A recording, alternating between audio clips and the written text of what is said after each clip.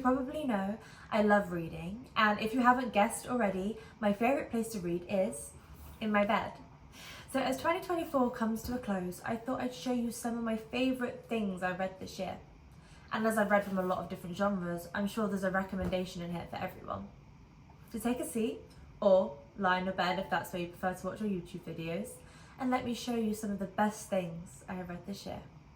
My first recommendation is Louis Theroux, Call of the Weird. It's not a new publication, it was published in 2005, so that's already 20 years old, but it's Louis revisiting some of the people he met on his Weird Weekends TV series and seeing where they are with their life years after filming that documentary. So this is a great read if you've watched every single Louis Theroux documentary and just want another bit of his weird and interesting interview style. My next recommendation is Unruly by David Mitchell. I love anything funny and I love anything historical, so this combines the two and it's just chef's kiss.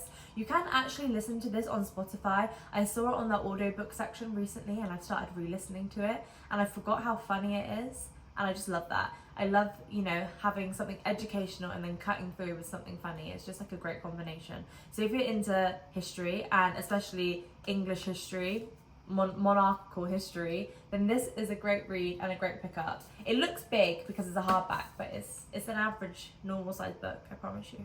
If you're looking for something novella-esque to read, In the Miso Soup is great. This is like a thriller horror-y novel set in Tokyo and I absolutely loved it. I don't want to give too much away, but it is set around sort of like a murder of a schoolgirl and then a dodgy character coming into the scene, and it's just terrifying and gruesome and really sort of real, and it sort of explores loneliness and sort of what that can lead to, and I just loved it. It felt really real, and people are odd and terrifying and unpredictable, and that sort of summarizes all of this. And it's only small, so it's not a daunting book if you're someone who's like put off by big chunks of writing. So yeah, this might be my favorite thing I read last year as well. But then I do like a bit of gore, so that's probably why. A recommendation for people who don't like to read, this is the Heartstopper graphic novels. This is sort of like a teen romance graphic novel, but I really enjoyed it. I watched the TV series on Netflix, you may have seen it on there, and then I wanted to look at the actual original text, which that had been developed from. And they're really, really cute graphics inside. Obviously, Alice Osmond originally published these all on Tumblr, I think. She drew them and then published them on Tumblr, and then obviously made them into actual graphic novels eventually. But they're great.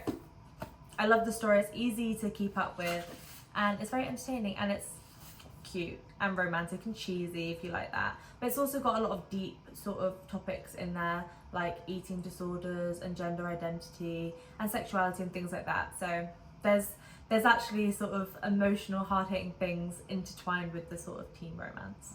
My next recommendation is Mythology of the British Isles. I'm obviously writing something fantasy with sort of mythological influence is the word I was looking for. So this has been great for me to read. That may be why I've been biased to saying it's one of the best things I've read this year, because it's helped me. It's like a self-help book, but for my writing. So I've really enjoyed reading this, and as I've said already in this video, I love history.